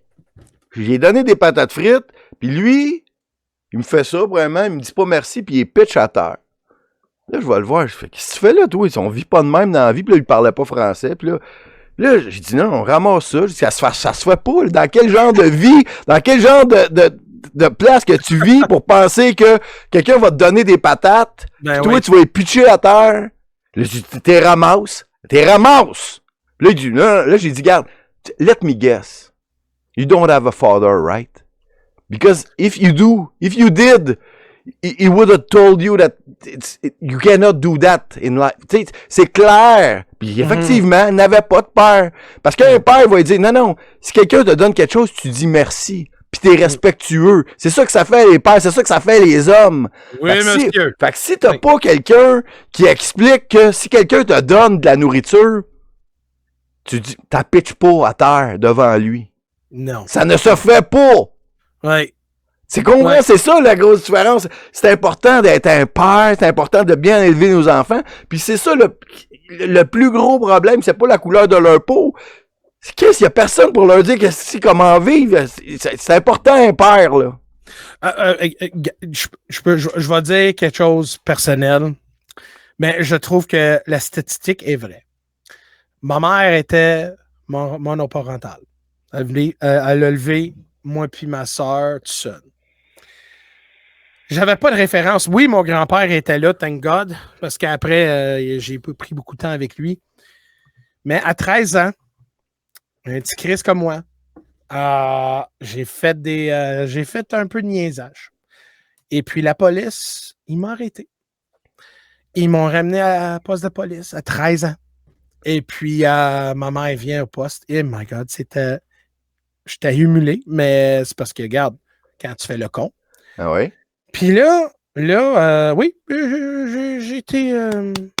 OK. Puis à 13 ans, ma mère, elle n'avait pas besoin de dire de quoi. Elle a dit... Parce que moi, je m'attendais à un bon coup de pied dans le cul. OK, tu comprends? C'est parce que là, elle a dit, quelle sorte de vie t'aimerais? Tu veux-tu vivre comme ça ou tu veux vraiment devenir de quoi? Il dit, si tu veux vraiment de rester ce chemin-là, mais continue à niaiser avec le monde. Donc, qu'est-ce que j'ai fait? C'est que j'ai fait mon petit travaux communautaire. Et puis, je dis ouvertement, parce que c'était la meilleure chose qui m'est arrivée. La police qui m'a arrêté et qui m'a ramené à la poste, puis j'ai fait le travaux communautaire, c'était la meilleure chose. Parce que j'ai constaté que oui, je manquais la discipline dans ma vie. Donc, je me mis dans les cadets de l'air et puis j'ai changé toutes mes amis. Oui, monsieur, j'ai changé, j'ai mis la discipline à moi-même. Et c'est là que je me dis, oui, si j'avais une paire, peut-être pas une coupée dans le cul ou peut-être un bon exemple ou d'avoir quelqu'un qui va me guider. Parce qu'un père, c'est pas la discipline, mais c'est un exemple. Exact. C'est un exemple. Moi, je dis 90% de la job de père se résume à être présent. Oui, monsieur. Puis à la table, là, souper, là, je suis assis. Puis je te dis, c'est pas un mot, là. Puis c'est pas une affaire, je suis pas un gars qui contrôle tout, là. Mais mes enfants attendent tous quand je suis assis et je prends le premier repas dans ma bouche. Là, il va continuer à manger. C'est mon manque de respect. Parce que moi, je suis à la tête de ma famille. Je donne à ma famille, je donne à mes enfants. Mais mes enfants comprennent que justement, que je suis autoritaire, mais en même temps, si tu as des problèmes, viens-t'en. Je vais t'aider, je vais te guider. Je suis pas juste là, mais je par exemple. Donc, je montre, je dis des bonnes affaires, puis je suis très transparent avec mes enfants. Je dis, si tu vas faire le con, ben, tu vas te blesser ou tu vas blesser les autres. Puis là, à un moment donné, ma fille a fait de quoi? Elle se blesser, puis je dis, garde, je dis, moi, je t'avais dit, as-tu compris quand tu fais la clown, mais que ça va t'arriver? Je dis, comment tu sens? Ouais, c'est vrai, papa. Puis là, à constater, tu comprends? J'étais pas là pour le battre, non. J'étais là pour le guider puis comprendre que peut-être les expériences de ma vie, je comprends. Mais si tu fais des niaiseries, mais au moins tu as un coussin de revenir pour savoir quoi faire. Donc, c'est un exemple, un coussin, puis une guide. Puis le maman aussi, c'est tellement important, mais je trouve que le père, c'est tellement essentiel dans une famille. Et quand on voit un manque de père dans la famille, tu vois des jeunes, surtout des jeunes hommes, OK, qui sont devenus des sauvages. Ils ne savent pas comment vivre. Il n'y avait pas quelqu'un pour mettre des balises, pour expliquer qu'est-ce qui est acceptable, qu'est-ce qui ne l'est pas. Puis c'est fantastique parce qu'évidemment, moi, je considère que ma job de père, c'est ma job la plus importante sur cette terre. Puis je suis pas mal sûr que toi aussi, tu penses ça. Puis ça remplit tellement de bonheur, ça donne un sens à la vie. C'est tellement fantastique. Mais tu trouves pas que la minute que ton premier enfant qui est né, c'est la minute que tu es devenu un homme? Ah! Mais ça! Moi, j'ai été un ado jusqu'à l'âge de 33 ans lorsque mon premier fils est arrivé. Là, le party était fini. Là, j'étais devenu un homme. Un homme. Moi, la minute que j'avais mon enfant dans les bras, c'est là que je dis, OK, c'est ça d'être un homme. Exact. Puis, écoute, c'est pas explicable. Puis, je comprends l'importance, mais écoute, c'est parce que culturellement, hein, on a un mouvement toxique féministe hein, qui se promènent partout puis disent on n'a pas besoin, on est indépendant. T'as pas besoin d'être indépendant, mais un rôle d'une couple, si tu dis qu'on veut avoir des enfants, c'est plus ta vie, là. Ta vie est différente. Tu as décidé de ramener une vie dans ce monde-là où tu prends des conséquences et puis justement, tu tombes enceinte avec quelqu'un. C'est avec 2 personnes, je parle, vos responsabilités d'assurer que cet enfant-là vient dans le monde avec un support familial, avec le mère et le père. Ah ouais. Ah ouais, c'est fantastique. La famille, l'équipe, tu sais, un couple, c'est le partage. Moi, c'est ça que j'aime. C'est une équipe, c'est comme le partage des tâches, partage des responsabilités. Tu sais, comme par exemple, un partage que j'aime beaucoup, c'est comme, mettons, avec ta femme, mettons, elle a fait des tartes. Toi, t'es manges. Un autre partage que j'adore aussi, c'est, mettons, toi, tu salis ton linge. Ouais. Elle lave. Non, je fais des blagues. Ça, c'est des. C'est des blagues qui font des chats, évidemment. J'adore ma famille puis tout ça. Je voulais juste changer de sujet un petit peu parce qu'on partage une connaissance commune ou ben un ami commun. Jared Neal, OK? J'ai reçu à l'émission 2 fois ou 3 fois. Oh, et puis, toi aussi. Et puis, toi, il y a une émission que tu as faite avec lui récemment, là, à peu près 2-3 semaines, où tu as eu la chance d'être témoin d'un exorcisme qu'il a fait. Ça, moi, j'ai trouvé ça vraiment hot. J'aimerais ça que tu m'expliques un peu pendant qu'on va montrer un peu des exemples, un peu le vidéo sans son pour... Donc, ceux qui connaissent pas Jared, c'est entre autres un exorciste, OK? Les gens l'appellent lorsqu'ils sont possédés d'un démon. Et puis, il en a fait peut-être des centaines.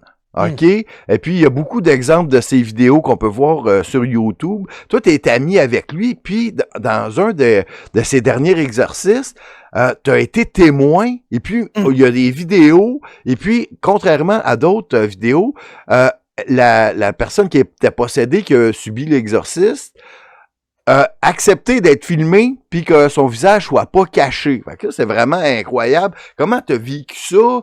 C'est-tu vrai cette affaire-là? C'est une fille qui fait semblant? C'est quoi cette histoire-là?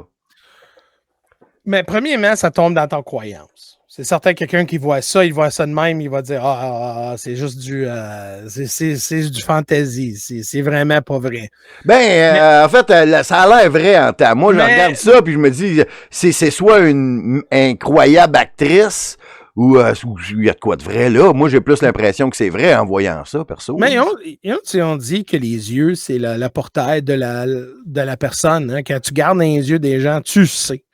Donc, moi, quand Jared il avait me demandé pour être présent, il voulait que je sois là parce qu'il y a peut-être, c'est ça, il y a beaucoup de monde qui doutent, puis mais ils disent, regarde, tu es un blogueur, tu fais beaucoup de ça, de paranormal, j'aimerais que tu sois là, mais en même temps aussi, tu es très bon avec Dieu, donc moi, j'étais là et je m'attendais à rien parce que j'ai jamais vécu un enfant de même. Quand la personne en question est venue, automatiquement, toute ma doute a sorti. Parce que quand je l'ai vu des yeux, je savais qu'il y avait quelque chose à l'intérieur d'elle. Je savais parce que il a dégagé une énergie incroyable parce que pendant la séance puis après, je dégoûtais. Je bougeais pas. Dégoûtais. J'étais mouillé parce qu'il y avait beaucoup d'énergie qui était là.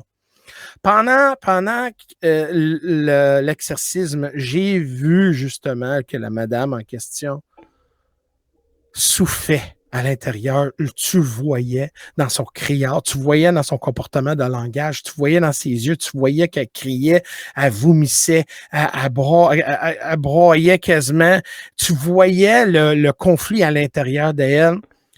Puis mon expérience, parce que je travaille avec le public, je vois des milliers de gens par jour. Je vois énormément de monde. Donc, je sais c'est quoi une maladie mentale. Je sais c'est quoi. Je vois le comportement. Ça, c'était carrément différent.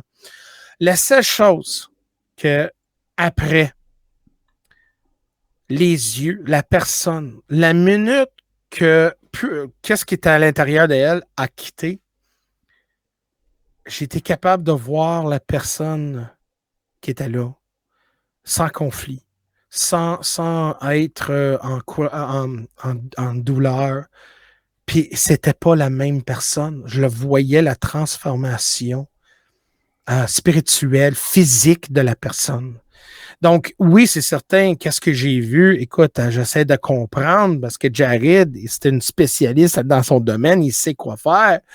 Et de voir la réaction, puis son partner était tellement aussi impliqué, on voyait la puissance qu'on peut avoir sur la haine, parce qu'à l'intérieur, c'était la haine pure, pure. Et quand on voit ça, des fois, on n'identifie pas que qu'est-ce qui se passe à ce moment, c'est réel. Parce que j'étais comme figé là pour voir wow, qu'est-ce qui se passe. Mais quand je voyais la progression, je le voyais. Je le voyais, la transformation. Donc, si tu me dis, si tu verrais, je vais dire oui et non.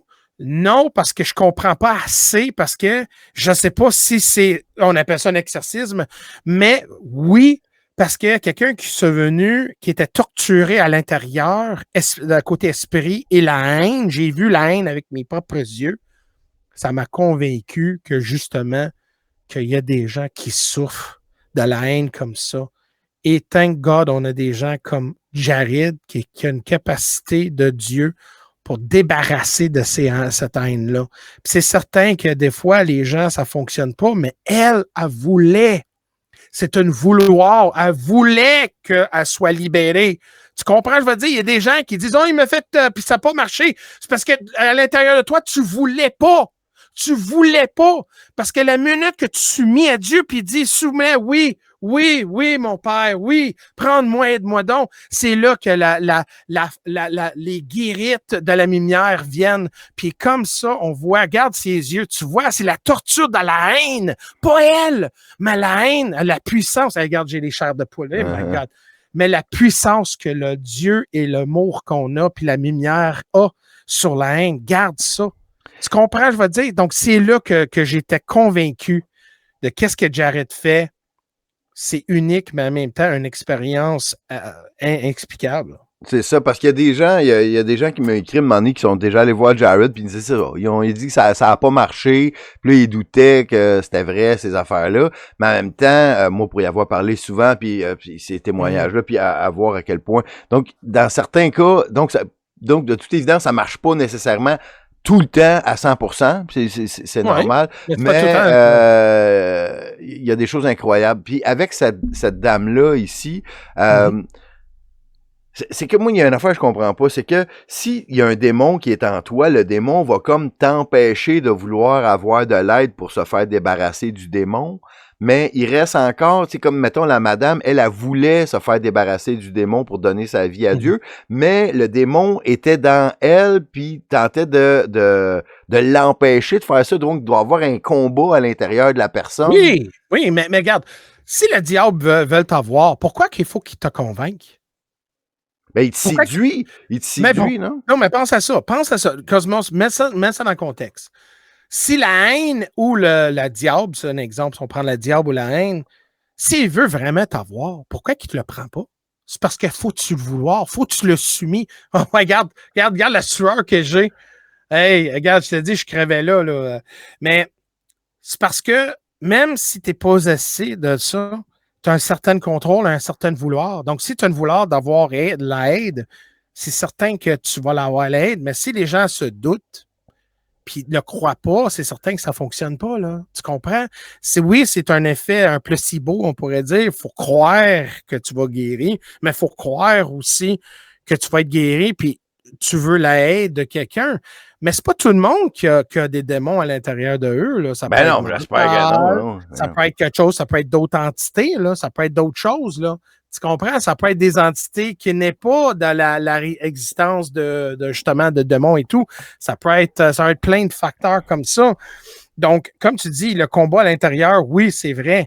Mais comme je te dis, si le diable voulait t'avoir, il te prendrait direct là, mais non, il faut que tu acceptes son invitation. Ouais, c'est ça. Donc, Ben, en fait, c'est pas les diables, faut pas que tu. Un peu comme dans les films de vampires, le vampire, il rentrera pas chez vous s'il a pas été invité. Tu sais, faut pas exact. que la personne elle-même invite les entités d'une certaine manière. Tu sais, comme par exemple par le Ouija, le tarot, le yoga. Une manière de donner la permission ou se déguiser en démon ou l'invoquer d'une certaine manière, non? Oui, mais regarde, il y a combien de personnes qui savent qu'est-ce qu'ils font? C'est pas bon, mais ils font juste quand même. Ils sont au courant, mais soit ils doutent ou ils veulent pas accepter la vérité. Donc, c'est certain que certaines personnes qui sont dit, garde, j'ai été voir Jared, ça n'a pas fonctionné. Mais peut-être c'est ça, peut-être ça n'a pas fonctionné parce qu'il y a beaucoup d'éléments. Peut-être Jared, c'était pas la personne que tu devrais voir. Peut-être c'est quelqu'un d'autre, quelqu'un peut-être une prêtre ou quelqu'un de spirituel ou quelqu'un qui connaît les forces parce qu'on sait qu'il y a des gens, et des fois, c'est juste un débalancement à l'intérieur parce que des fois, il y a du monde, là, sont bombardés avec plein d'affaires, là, puis ils savent pas quoi penser. Moi, je vais en être avec toi. La pandémie m'a fait énormément réagir physiquement, que j'ai développé à la Pichariata. Ça, c'est naturel, mais je partais en flaque. Je perdais mes cheveux partout sur mon corps. Ah, je te comprends. Ça fait manifestait parce qu'il y avait tellement de bombardés Oui. de tout. Donc, c'est certain que Jared pourrait pas faire ça pour moi, mais il y avait d'autres choses que j'ai faites. Donc, c'est certain que c'est pas one size fits all, là. Ça, c'est pourquoi la Bible, il n'y a pas juste un testament à l'intérieur. Il y a plusieurs parce que différents expliquent différentes choses. Donc, Jared fait partie d'une équation. Donc, il y a d'autres choses que les personnes peuvent aller ou vérifier ou rechercher qui peuvent avoir atteint un certain une purification avec ça. Tu as des gens qui, toute leur vie, vivent dans la noirceur, puis la minute qu'ils ont pris une Bible puis commencent de lire, là, c'était exactement ça. C'était pas un prêtre, c'était pas un film, c'était pas la musique, c'était pas quelqu'un d'autre, mais c'était juste ouvrir un livre puis lire les paroles, puis ça a changé carrément. Donc, je pense que la personne, c'est certain, c'est frustrant parce qu'elle n'a pas trouvé son médium, son milieu pour justement atteindre cette purification-là. Ouais. Hey, en terminant, ça dure un peu plus longtemps que je pensais. Il faut que j'aille travailler. Là, parce que Moi aussi. t'as enregistré le matin. Mais tu sais, dans tes émissions, il y a le paranormal, il y a l'ufologie, tout ça. Oui. Là, qu'est-ce qui est bien hot, qu'est-ce que le monde parle, c'est le 3I Atlas. Là, ça serait un genre de vaisseau-mère. OK, mystérieux, qui arrive dans notre système solaire. Je sais pas comment il fait, parce qu'à la vitesse que notre système solaire va dans l'univers, je sais pas comment il fait pour nous rattraper. Mais là, toi, c'est quoi ton opinion? Comment tu vois ça? C'est-tu un psyop? C'est-tu pour nous faire mettre les extraterrestres dans la tête? C'est-tu pour nous éloigner de Dieu? Ou c'est vrai, puis la NASA tente de nous cacher? Juste, c'est quoi ton opinion à toi sur... tu sais, comme quand le gouvernement tente de nous dire que les extraterrestres, ils existent, puis le monde s'en fout, on dirait. Puis quand ils essayent de nous le cacher, le monde, il essaye de fouiller. Quoi ton point de vue là-dessus, là, sur le gouvernement américain versus les ovnis extraterrestres? Mais premièrement, y a-t-il un objet dans notre système solaire? Oui. Oui. On a le preuve qu'on a. OK. Il y a des scientifiques qui ont le vu. Puis ils disent la composition de tout ça, c'est très bizarre. On a déjà eu un objet comme ça, le Maya, quelque chose de même, un nom bizarre. Ça avait l'air d'une grosse crotte, là, dans l'univers. Une grosse crotte, oui. Ouais. Un Mr. Hanky. Ouais, c'est ça. Il est venu nous dire, bon, oui, il est parti. Là, on ne sait pas s'il va revenir à demander. Okay. Mais il y a deux cheminements de pensée sur ça. OK? Donc, si on garde le premier, si on garde scientifiquement, moi, je pense que c'est inquiétant. Ça veut dire qu'il y a des objets qui n'est pas juste dans notre système solaire, mais sont ailleurs, qui se trouvent dans notre système solaire, qui peuvent poser une menace sur notre planète, parce que quelque chose comme ça qui frappe la Terre, on est tout mort, là. C'est fini, là. Une planète, c'est fini, là. On appelle ça un planet killer. Donc, c'est certain que ces astéroïdes-là peuvent imposer un risque sur nous, mais aussi, ça peut invoquer aussi un certain problème côté système solaire. qui disent que cet astéroïde-là, quand il promène vers le Soleil, puis il dégage une poussière, que dans la poussière, il y a une bactérie ancienne qui vient d'ailleurs, puis là, ça s'impose sur une planète comme le Blob. Te rappelles-tu le film Le Blob? Ouais, Mais ça vient de l'espace. Bon, mais regarde, c'est pas dans cette façon-là, c'est juste une bonne expérience. Donc, ça peut générer aussi des virus ou des problèmes pour d'autres planètes. Ça peut polluer. Mais aussi que si on regarde dans l'autre cheminement de pensée, c'est de quoi? C'est-tu un astéroïde, un comète? On ne sait pas. C'est-tu un vaisseau? On ne sait pas. Mais on sait clairement que si on veut, s'il y a une civilisation qui existe, puis ils veulent se cacher, mais ils restent dans un astéroïde, puis ils utilisent l'astéroïde comme un cachet pour voyager. C'est-tu un vaisseau? On ne sait pas encore parce que les images ne sont pas tout à fait claires. Mais, par contre, qu'est-ce que l'objet dégage? Et la composition est très intéressante. Ça veut dire qu'il dégage énormément de CO2. OK? Donc, ça, c'est un autre comportement qu'ils ne voient pas dans les comètes. Donc, c'est très bizarre la composition de cet objet-là. C'est certain que ce n'est pas près de nous. Le gouvernement, il sait-tu quelque chose? Peut-être. Mais Cosmos, imagine c'est une civilisation extraterrestre. Mais ils passent par nous autres, ils continuent dans la chose. Puis peut-être qu'ils savent qu'on est là, peut-être qu'ils ne savent pas qu'on est là. Ça tente-tu à aller faire picoter? Hey, salut, ça va? Tu penses-tu qu'on ferait ça avec un ours? Parce qu'on ne sait pas que les implications que ça peut ramener. Donc, quand on voit des objets célestes qui rentrent dans notre système solaire, c'est-tu bon à voyager, voir, puis investiguer, ou on juste laisser passer, puis adios?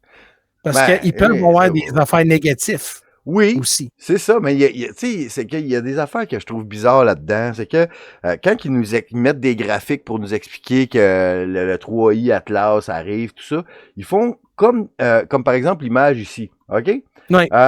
Ils font comme si le Soleil restait à la même place, puis nous autres, on tourne autour, ça c'est le système solaire, puis là, ils nous montrent que 3i Atlas passe, mais ils oublient de calculer une affaire, la vitesse du Soleil dans l'univers qui va à 372 000 km/h dans la Voie lactée.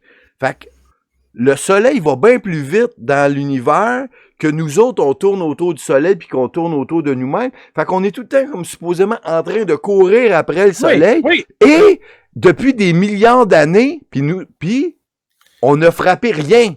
Tu sais, dans le fond, il y en a qui se disent « OK, ça serait dangereux que quelque chose nous frappe. » C'est bien plus dangereux que nous autres, on frappe quelque chose. Puis, c'est vrai. Ouais. Puis que comme on va à cette vitesse-là, comment 3i Atlas, ils nous courent après, ils arrivent de côté, sont en avant, sont en dessous. Comment qu'ils font pour...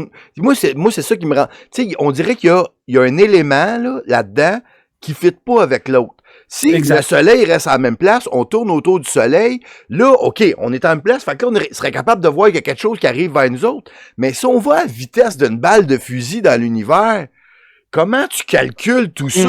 Moi, on dirait qu'il y a quelque chose là dans l'histoire qu'il raconte qui ne fit pas, on dirait.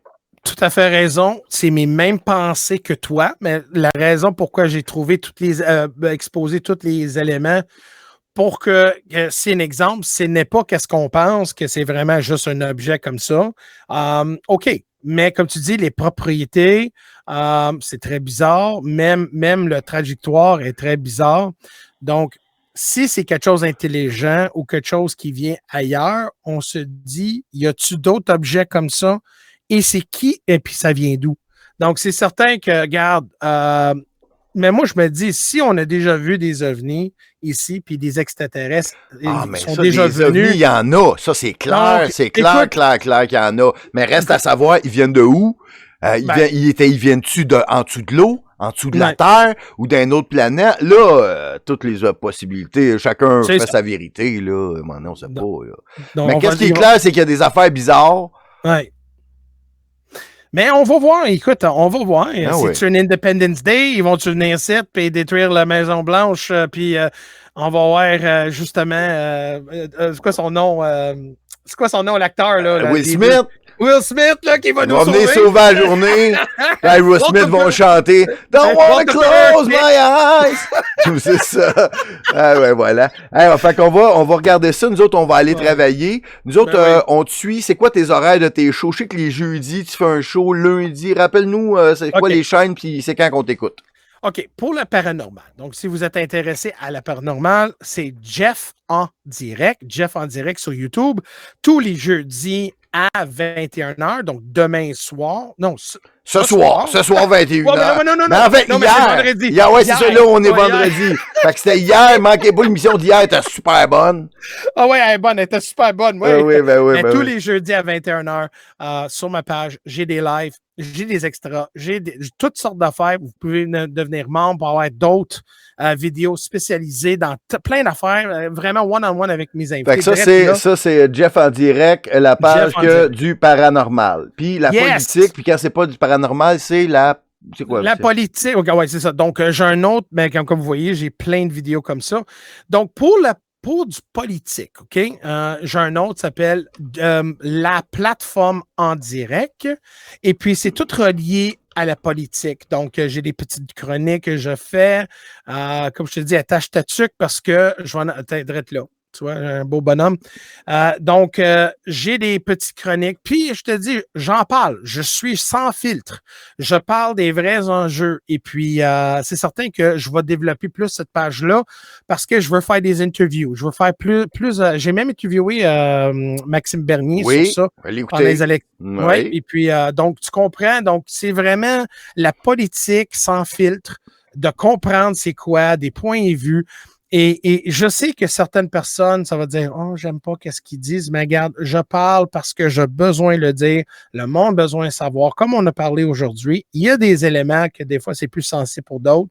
Mais moi, je vais dire, arrêtez de vivre comme le crème glacé, puis deviens un roche et deviens un pilier de changement. Parce que je vais vous dire, nos voisins vers le sud changent énormément pour du bien. C'est notre temps, puis ça commence par des gens comme vous et moi. Ouais, puis si vous aimez Cosmos, vous allez aimer Jeff Benoît. On est dans la même société, on vit dans le même univers, on a des valeurs bien semblables. Fait que c'est un sure shot.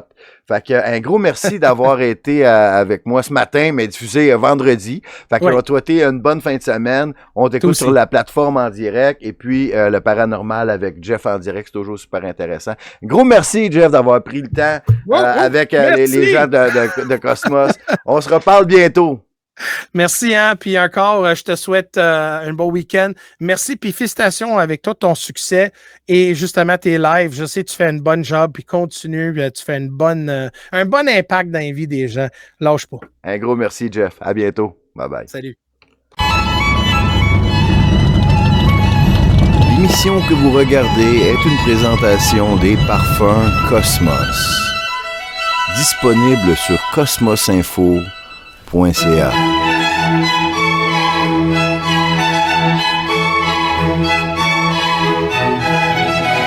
Si vous appréciez le travail de Cosmos, c'est sur cosmosinfo.ca que vous pouvez l'encourager, soit par des dons, devenant membre de son Locals, ou l'achat de parfums Cosmos avec ses odeurs magnifiques, ses 3 odeurs pour femmes, 2 pour hommes. Nous avons Ève, Salomé et Marie pour les femmes, Cosmos et Noé pour messieurs, disponible sur cosmosinfo.ca.